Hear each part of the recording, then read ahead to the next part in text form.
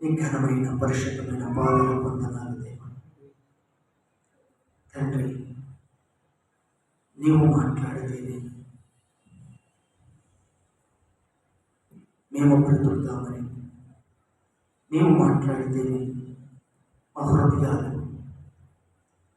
ఆనందిస్తాయని, నీవు మాట్లాడితేనే నీ రాజ్యానికి మేము వారసులవుతామని, నీ మాట ద్వారా నీ సమస్తం కలిగింపచేసిన గొప్ప తండ్రి, నీ మాటకు మేము లోబడి జీవించినట్లుగా ఇక్కడ కూడిన నీ సన్నిధిని అనుభవిస్తున్నా నీ బిడ్డలందరితో ముఖాముఖిగా దర్శించి మాట్లాడి నీ మాటలు మేమందరము కూడా నీ రాకడ పర్యంతము వరకు స్థిరముగా బలముగా జీవించు మాకు సహాయం అనుగ్రహించమని యేసు నామములో అడిగి వేడుకొంచున్నాము మా పరలోకపు తండ్రి. ఆమేన్. హల్లెలూయా. ఉపన్యాసాలను పాడుకుందాం. అందరూ చప్పట్లు కొట్టండి. ఉచితంగా నీ బాహుబలము ఎన్నడైన దూరమాయన, నిత్య జీవమిచ్చు నీదు వాక్కు ఎప్పుడైనా మూగబోయినా. నీ బాహుబలము ఎన్నడైన దూరమాయన, నిత్య జీవమిచ్చు నీదు వాక్కు ఎప్పుడైనా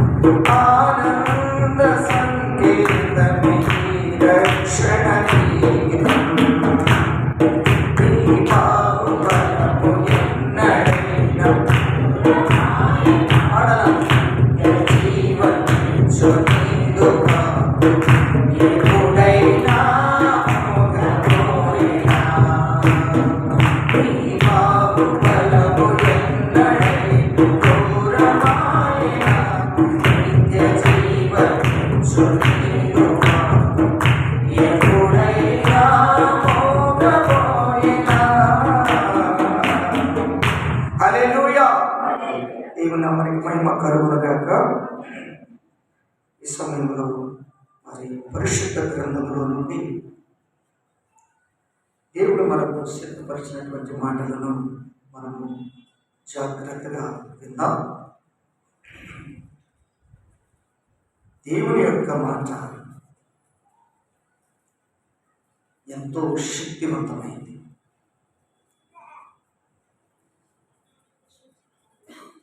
అందులో ఏమాత్రము కూడా అనుమానము ఉండకూడదు. లోకము అనేది లేనప్పుడు, భూమి అనేది లేనప్పుడు, భూమి మీద జీవరాశులు, చెట్లు, జంతువులు, మనిషి ఎవ్వరూ లేనప్పుడు దేవుని యొక్క మాట ఉంది. కనుక ఆ మాట ఎంత శక్తివంతమైందంటే, ఒక్క మాట ఆయన పలికితే చీకటిగా ఉన్న ప్రాంతమంతా కూడా వెలుగుగా చేయబడింది. శూన్యముగా ఉన్న ప్రాంతం అంతా కూడా వెలుగుగా నింపబడింది.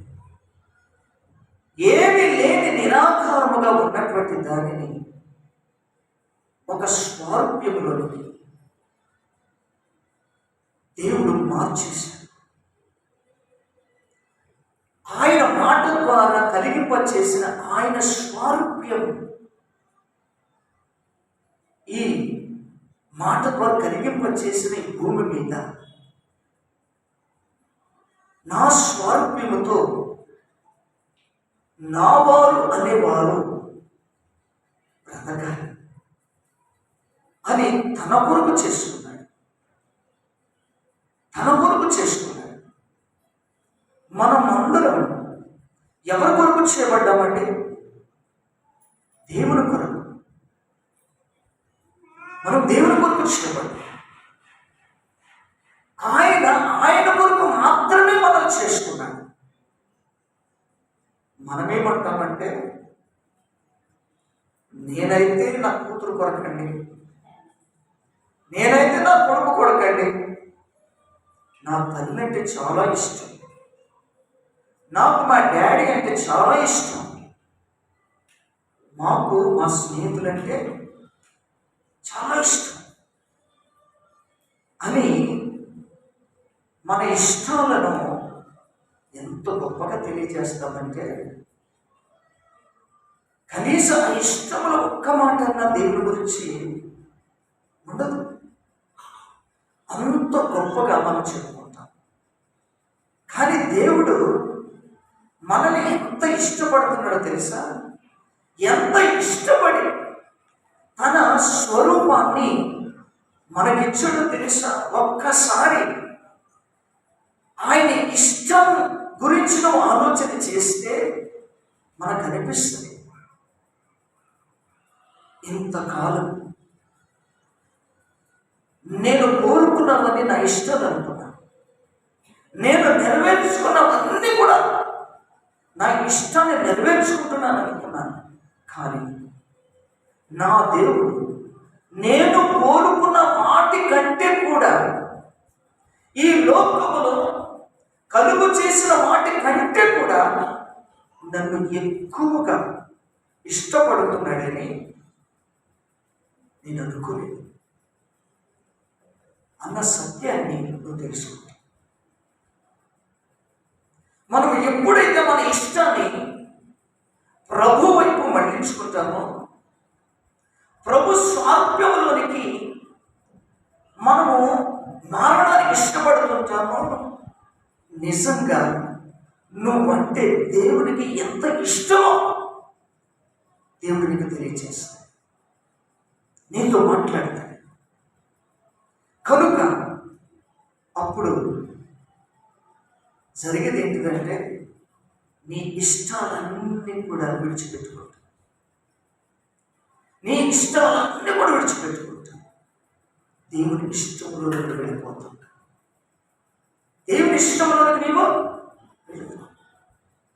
అప్పుడు దేవుడు నీ ఎడల కలిగి ఉన్న ప్రణాళిక, నీ ఎడల కలిగి ఉన్నటువంటి ఆయన చిత్తం నెరవేర్చుకోవడానికి వీలు కలుగుతుంది.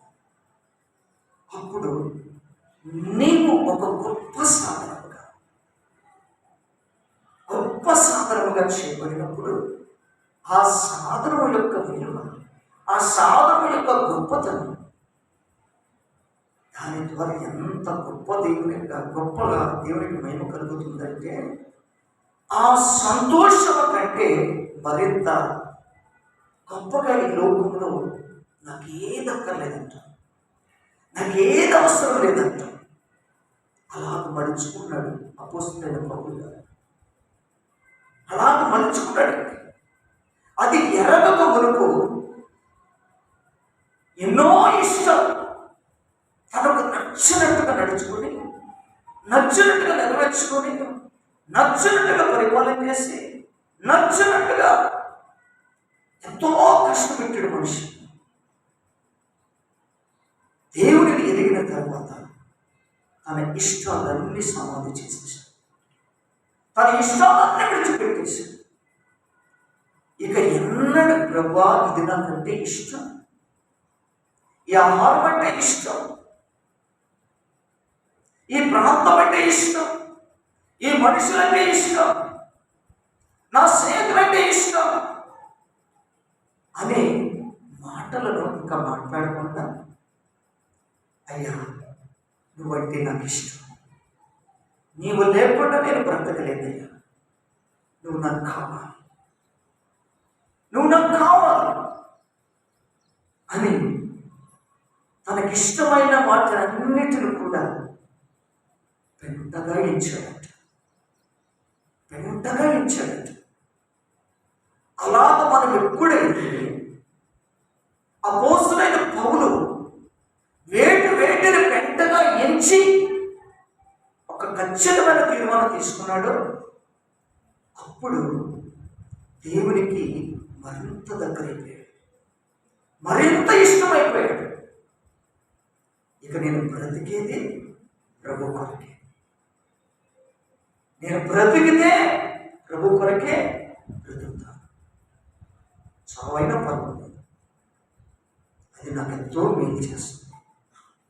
ఎందుకంటే నా ప్రభు ఇష్టంలోనికి నేను వచ్చేసాను అనే సత్యాన్ని లోకానికి, దేవుని ఇష్టాన్ని ప్రకటించటానికి, దేవుని ఇష్టాన్ని బయలుపరచడానికి ఆయన అన్నిటిని వదిలిపెట్టుకున్నాడు. దేవుని బిడ్డలారా, నువ్వు వేటిని విడిచిపెట్టాల్సిన అవసరం లేదు, కానీ నువ్వు దేవుని వాక్యాన్ని, దేవుని యొక్క మాటను గట్టిగా పట్టుకుంటే ఏది విడిచిపెట్టాలో ఆటోమేటిక్గా నీకే అర్థమవుతుంది. ఏ సేవకుడు నీకు పర్టికులర్గా చెప్పాల్సిన అవసరం ఉండదు. అమ్మా ఇది విడిచిపెట్టు, అయ్యా ఇది విడిచిపెట్టు అని చెప్పాల్సిన అవసరం ఉండదు. ఒకవేళ చెప్పినా ఏంటి అయ్యగారులు చెప్తున్నాడు, ఇది విడిచిపెట్టమని, అది విడిచిపెట్టమని చెప్తున్నాడు, ఇంకా నేను దేని పట్టుకొని ఎలా బ్రతకాలి అని విరోధమైన తలంపులు బయలుదేరుతుంటాయి. అవి నిన్ను వెంబడించకుండా ఉండాలంటే వాక్యం మీద మనసు పెట్టాలి, దేవుని యొక్క మాట మీద ఆలోచన నిలపాలి. అప్పుడు ఆటోమేటిక్గా నీవు ఎవరిని విడిచిపెట్టాలో అని విడిచిపెట్టేస్తావు, ఎవరికి దూరం కావాలో అది దూరం అయిపోతావు, దేనిని చంపుకోవాలో దాన్ని చంపుకుంటావు, ఎవరికి ఎంత దూరంలో ఉండాలనుకుంటావు అంత దూరంలో ఉంటావు, ఎవరికి దగ్గర కావాలో వారికి దగ్గర అవుతావు. అది దేవుని చిత్తము అయ్యింది, అది దేవుని ప్రణాళిక అయ్యింది, దేవునికి ఇష్టమైనది. కాబట్టి దేవుడు ఈరోజు దేవుడు మనతో ఎంతో ఎంతో క్లియర్గా మాట్లాడుతున్నాడు. కనుక రోమపత్రికలో 10వ అధ్యాయము 17వ వచనంలో మనం చూస్తే అక్కడ అపోస్తలుడైన పౌలు గారు చెప్తున్నటువంటి మాట ఏంటంటే, కాగా వినుట వలన విశ్వాసము కలుగును, వినుట క్రీస్తును గూర్చిన మాట వలన కలుగును. అయినను నేను చెప్పినదేమనగా, వినలేదా, విన్నారు కదా, వారి స్వరం భూలోకమంతటికి, వారి మాటలు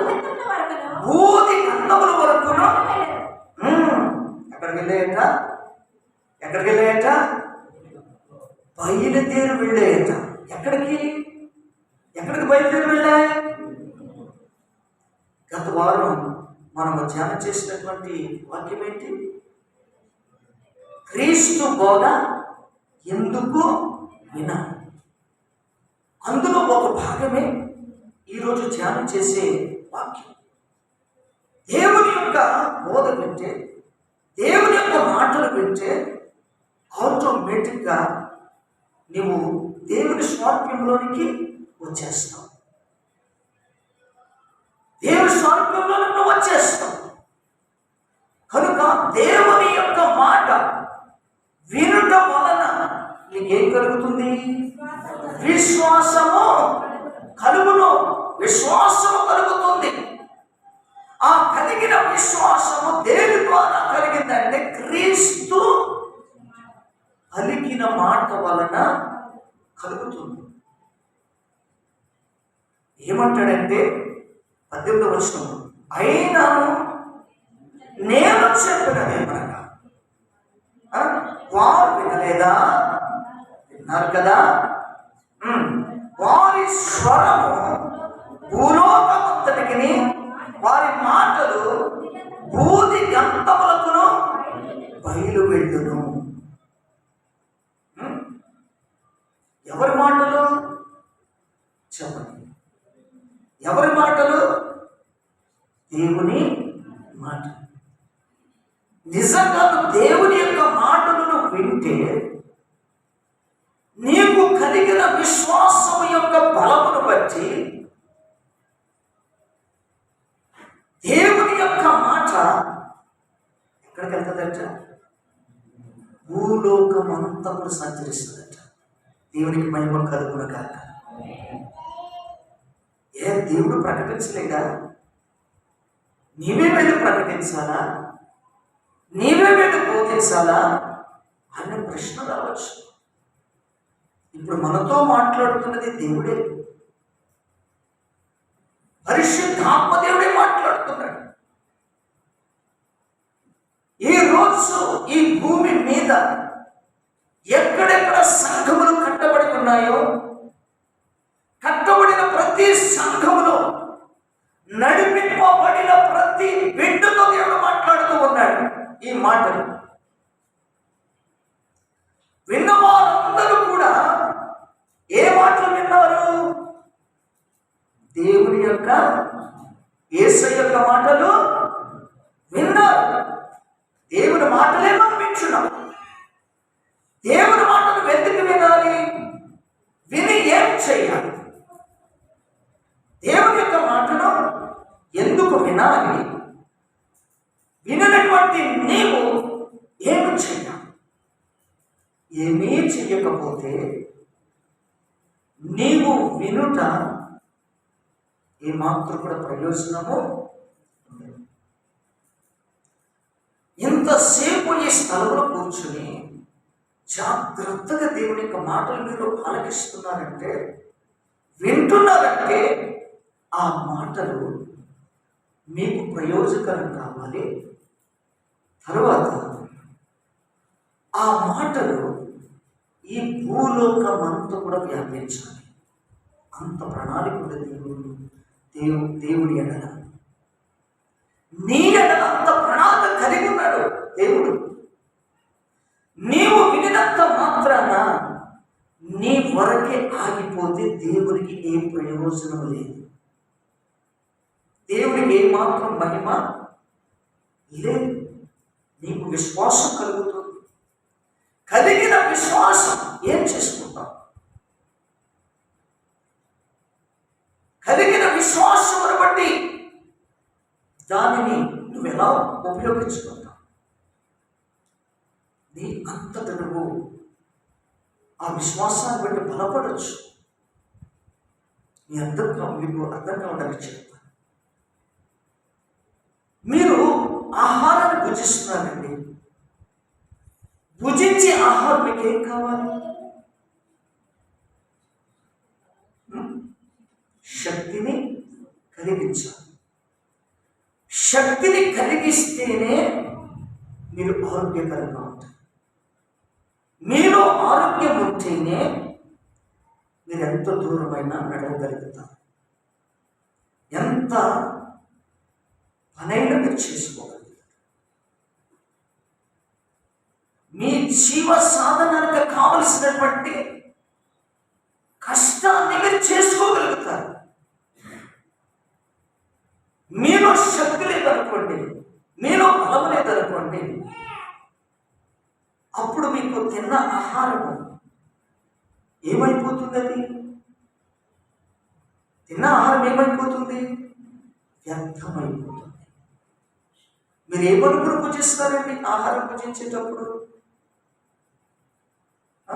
ఎంత బలవర్ధకమైన ఆహారం భుజించినా ఇది నాకు శక్తినిస్తుంది, ఇది నాకు బలాన్ని ఇస్తుంది, ఇది నాకు ఆరోగ్యాన్ని ఇస్తుంది. ఎంత తిన్నా నీ ఒంటికి పడట్లేదంటే, బలము పొందుకోవట్లేదంటే, ఆరోగ్యం కలగట్లేదంటే నీకు అనుమానం వస్తుందా? రావట్లేదు. చెప్పండి, అనుమానం వస్తుందా? రావట్లేదు. వస్తుంది, అనుమానం వస్తుంది. వచ్చినప్పుడు అప్పటికి తెలుసుకో, ఎందుకు ఇంత బలహీన పడుతున్నాను, నేను ఆహారం బాగా తీసుకుంటున్నాను, బాగానే భుజిస్తున్నాను, 3 పూట్ల బాగా తింటున్నాను, అయినా సరే ఎందుకు నేను ఇంత బలహీనంగా ఉన్నాను, కారణం ఏంటి అని ఒక ఆలోచన మీకు వచ్చినప్పుడు మీరు డాక్టర్ దగ్గరికి వెళ్ళాలని, ఏదైనా పరీక్ష చేయించుకోవాలని, ఏదైనా మెడిసిన్ వాడితే నేను తిరిగి ఆరోగ్యం పొందుకుంటానని అనిపిస్తుందా? అనిపించదా? ఎప్పుడు అనిపిస్తుంది? నీకు బలహీనంగా ఉన్నప్పుడు, ఆరోగ్యం అనేది నీకు కలగట్లేదు అనుకుంటున్నప్పుడు, అప్పుడు డాక్టర్ దగ్గరికి వెళ్తావు, చూపించుకుంటావు, తిరిగి ఆరోగ్యం పొందుకుంటావు. అదేవిధంగా నువ్వు వస్తున్నావు దేవుని సన్నిధికి, చక్కగా కూర్చొని వింటడం మంచిదే. ఈ వింటున్నటువంటి ఆత్మకు కావలసినటువంటి ఆహారాన్ని దేవుడు నీకు ఎంత కావాలో నీకు పంచి పెడుతున్నాడు, నువ్వు తీసుకుంటున్నావు. ఆ తీసుకుంటున్నటువంటి ఆ ఆత్మీయ ఆహారం నీ ఆత్మీయ జీవితానికి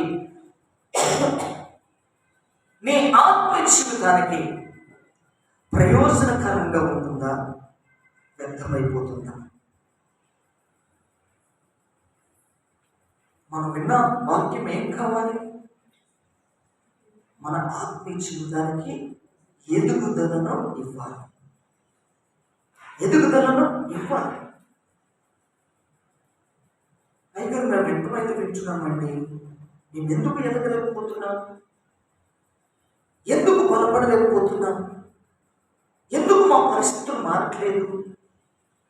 ఎందుకు నా లైఫ్ చేంజ్ కావట్లేదు? ఎందుకు నా కుటుంబం ఎప్పుడు కూడా అలాగే ఉంటుంది? ఎందుకు మాకు ఈ శ్రమలు, ఇబ్బందులు అలాగే ఉండిపోతున్నాయి అనే ప్రశ్నలు మీకు రావచ్చు. అంటే ప్రాబ్లం ఎక్కడుందంటే, వాక్యం బాగానే వింటున్నారు, కానీ వినినటువంటి వాక్యము ప్రకారముగా మీరు జీవించడానికి లేక దాని ప్రకారంగా నడవడానికి కొంచెం మీరు మనస్సు పెట్టడం లేదు, అంత అవకాశం ఇవ్వడం లేదు, అంత సమయాన్ని ఇచ్చుకోవడం లేదు. కాబట్టి మీరు ఆత్మలో ఎదగలేకపోవడానికి అనేకమైన కారణాలు ఉంటూ ఉన్నాయి. దేవుడు ఖచ్చితంగా మాట్లాడుతున్నాడు, మనము బాగానే వింటున్నాం, కానీ ఎదుగుదల మాత్రం కనబడడం లేదు. ఆలోచన చేయాలి, ఎందుకు నేను ఎదగలేకపోతున్నాను, ఎందుకు నేను బలపడలేకపోతున్నాను అనే ఆలోచన మీకు కలగాలి. కలిగితే తప్పనిసరిగా మీరు సరిదిద్దుకోవడానికి దేవుడు సహాయం చేస్తాడు. అలాగే ఉండకపోతే జరిగే పరిస్థితి ఏంటో తెలుసా? ఒక మొక్క నాటబడిన తర్వాత దానికి నీరు పోయకుండా అలాగే విడిచిపెడితే ఆ మొక్క సమయము దాటిపోయే కొలది ఏమవుతుంది? రోజు రోజుకి ఆ మొక్క వాడిపోతుంది, చివరికి ఎండిపోతుంది. కనుక పరిశుద్ధాత్మదేవుడు చెప్తున్నాడు, వింటున్నటువంటి వాక్యము ఏదైతే ఉన్నదో విన్నటువంటి వాక్య ప్రకారంగా నువ్వు జీవించాలని తీర్మానం తీసుకొని దానిని గూర్చినటువంటి ప్రార్థన నెరవేర్పగలవు. నువ్వు తీర్మానం చేసిన ప్రార్థన చేస్తే తప్పనిసరిగా వింటున్నటువంటి ఆ వాక్యము నీ జీవితానికి ఎదగడానికి సహాయం చేస్తుంది, ఫలించడానికి నీకు సహకారిగా ఉంటుంది. నీవు ఒట్టిగా అలా విడిచిపెడితే నువ్వు ఆత్మీయ జీవితంలో ఎన్నడూ కూడా ఎదగలేవు, బలపడలేవు. అంటే దాని మరగుజ్జుతనం అంటారు. ఎదుగుదల లేని వ్యక్తిని మనము ఏంటి పేదవాడిగా కనబడుతున్నాడు, ఫేస్ ఎలా ఉంది, అసలు ఎదుగుదల కనబడడం లేదేంటి, ఎప్పుడు ఎండిపోతున్నట్టుగానే కనబడుతున్నాడు, ఎప్పుడు చూసినా అంతే కనబడుతుంది అని కొంతమందిని మనం చూసినప్పుడు మనకు అనిపించడం లేదా? అనిపిస్తుంది. మనకు కూడా అనిపించాలి, మనము ఎదగాలి అని నువ్వు తప్పనిసరిగా నువ్వు కోరుకుంటే దేవుని బిడ్డలారా ప్రతిరోజు ప్రార్థించి. అంతేకాదు, ఈ చదవబడిన ఈ వచనంలో మీరు ఆ ఖచ్చితమైన పాయింట్ మీరు క్యాచ్ చేయగలిగితే, గ్రహించగలిగితే వాక్యం ఏం చెప్తుందో తెలుసా? వినుట వలన విశ్వాసం కలుగుతుంది, వినుట క్రీస్తును కూర్చిన మాట వలన కలుగును. అయితే ఆ మాట ఏం చెయ్యాలి అనంటే, నీవు మాత్రమే వినడం కాదు, నీవు మాత్రం విని ఊరుకోవడం కాదు, దానిని నువ్వు ప్రాక్టీస్ చేయాలి, సాధన చేయాలి, దాని ప్రకారంగా జీవించడానికి ఇష్టపడాలి. అలా చేస్తూ మరింత ఎదుగుదల నీకు కావాలి అని అనుకుంటే వినినటువంటి ఆ మాట ఏదైతే ఉన్నదో నిన్ను దాటి వెళ్ళాలి, అనగా విడిచిపెట్టడం కాదు. అనేకులకు బోధించేవాడుగా ఉండాలి, అనేకులకు పంచేవాడుగా ఉండాలి. అదే విషయం చెప్తున్నాడు. వారి స్వరము అనగా ఎవరైతే ఈ సమయంలో దేవుని యొక్క మాట వింటున్నారో, లేక దేవుని స్వరాన్ని వింటున్నారో, దేవుని స్వరం వింటున్నటువంటి మీ స్వరం ఎక్కడికి వెళ్ళాలో తెలుసా? అది మీ వరకునే మిగిలిపోకూడదట. దేవుడు ఎంతవరకు ఆలోచన చేస్తాడు చూడండి మీ గురించి. నీ మాట ఎక్కడికి వెళ్ళాలి? నీ ఇంటిని దాటి వెళ్ళాలి, నీ మాట సమాజంలో దాటి వెళ్ళాలి, నీ మాట పట్టణం దాటి వెళ్ళాలి, దేశంలో దాటి వెళ్ళాలి. దాటి వెళ్ళిన సందర్భాలు లేవా? ఇండియాలో ఎక్కడో పల్లెటూరులో పుట్టి పెరిగినటువంటి ఒక వ్యక్తి ఈ రోజున అమెరికా ఎన్నో దేశాలు దర్శించి వాళ్ళు అక్కడ క్రీస్తుల గురించి ప్రకటించడం లేదా? అంటే వినటువంటి స్వరము ఎక్కడి వరకు వెళ్ళింది? నీ నుండి, నీ ఇంటి నుండి, నీ యొక్క గ్రామం నుండి, పట్టణం నుండి, దేశం నుండి దాటిపోయింది. దేవుడు అలాగే ఎక్స్పెక్ట్ చేస్తాడు. మనం ఎంత వాక్యం విన్నా మన నోటి నుండి బయటకు మాట వస్తే వద్దు, అలాగే ఉండదు అని దాన్ని అలాగే కనిపెట్టేస్తాం. ప్రయోజనమా? ఏమైనా ప్రయోజనం ఉందా? దేవుడు ఎలా ఎక్స్పెక్ట్ చేస్తున్నాడు? ఈ రోజు నా స్వరం వింటున్నటువంటి నీవు ఈ స్వరము అంచెలంచెలుగా దాటి వెళ్ళాలి. నా స్వరము వినిపింపచేయాలి. దేవుడు నిన్ను కోరుతున్నాడు. దేవుని స్వరాన్ని నీవు ప్రకటించాలి. యేసుక్రీస్తు ప్రభుల వారిని వెంబడించిన శిష్యులు ఆయన ఉన్నంతకాలమే వెంబడించి ఆయన మరణించి తిరిగి లేచి పరలోకానికి వెళ్ళిపోయిన తర్వాత వాడు సువార్త ముగిసిపోయిందా? వెంబడించడం ముగిసిపోయిందా? ఏమన్నాడు? పేతురు, నీవు నన్ను వెంబడించు, ఇక మీద నిన్ను మనుషులు బట్టి జాలలుగా చేస్తాను అని చెప్పాడు. అలాగే శిష్యులందరూ కూడా తయారు చేశారు. ఆయన తయారు చేసి నేను ఉన్నంత వరకు చేయండి, తర్వాత మీ ఇష్టమా చెప్పలేదు. వారందరూ భూమిని తల్లక్రిందు చేయువారు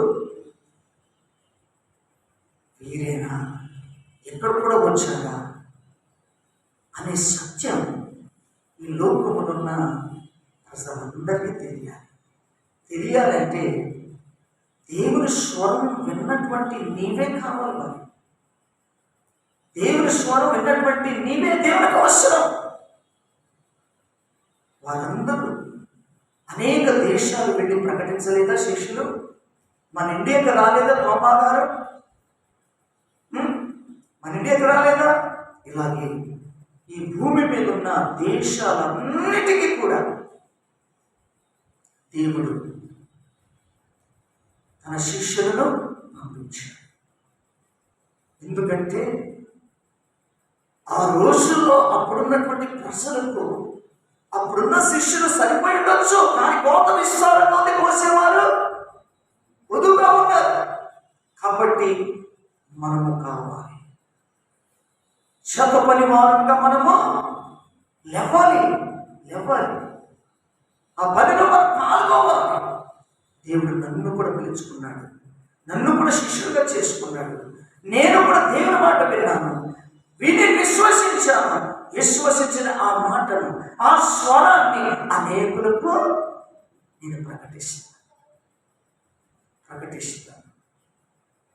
నీ స్వరం అనేకులకు వినిపింపచేయాలనుకుంటాడు దేవుడు. ఆమేన్, హల్లెలూయా.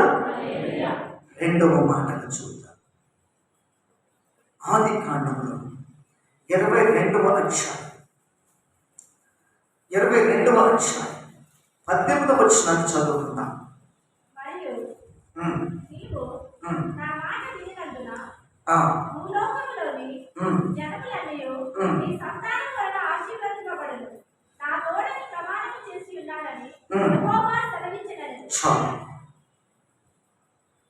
వాక్యం ఏమని సెలవిస్తుంది? రెండవ మాటగా ఏం చెప్తున్నాడంటే, నీవు నా మాట